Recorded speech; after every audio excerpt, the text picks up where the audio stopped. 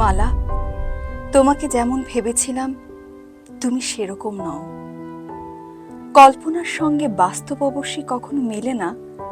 আমি ভেবেছিলাম মালা মেয়েটি হবে আমার কোনো উপন্যাসের নায়িকাদের মতো, রুনুর মতো কিংবা নীলুর মতো, জীবন সম্পর্কে যার ধারণা আছে, যদিও তা তার কথাবার্তায় কখনো আসে না। কিন্তু আমি এসে দেখলাম সে আমার উপন্যাসের কোনো নায়িকাদের মতো নয়। নিতান্ত একটি বাচ্চা মেয়ে, যে কবুতর পোষে, বিড়াল কোলে না নিলে ঘুমোতে পারে না।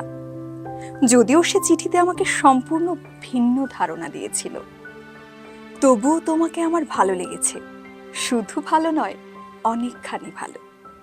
আমার বয়স কম হলে নিশ্চয়ই প্রেমে পড়ে যেতাম। তোমার ভাগ্য ভালো, আমি একজন বুড়ো মানুষ। মালা, তুমি যেখানেই থাকো, যেভাবেই থাকো, আমি তোমাকে আমার একজন প্রিয় মানুষ হিসেবেই জানব। প্রিয় মানুষ, নিতান্তই কাছের একজন প্রিয়জন। হুমায়ুন আহমেদ, 6ই নভেম্বর, 1985।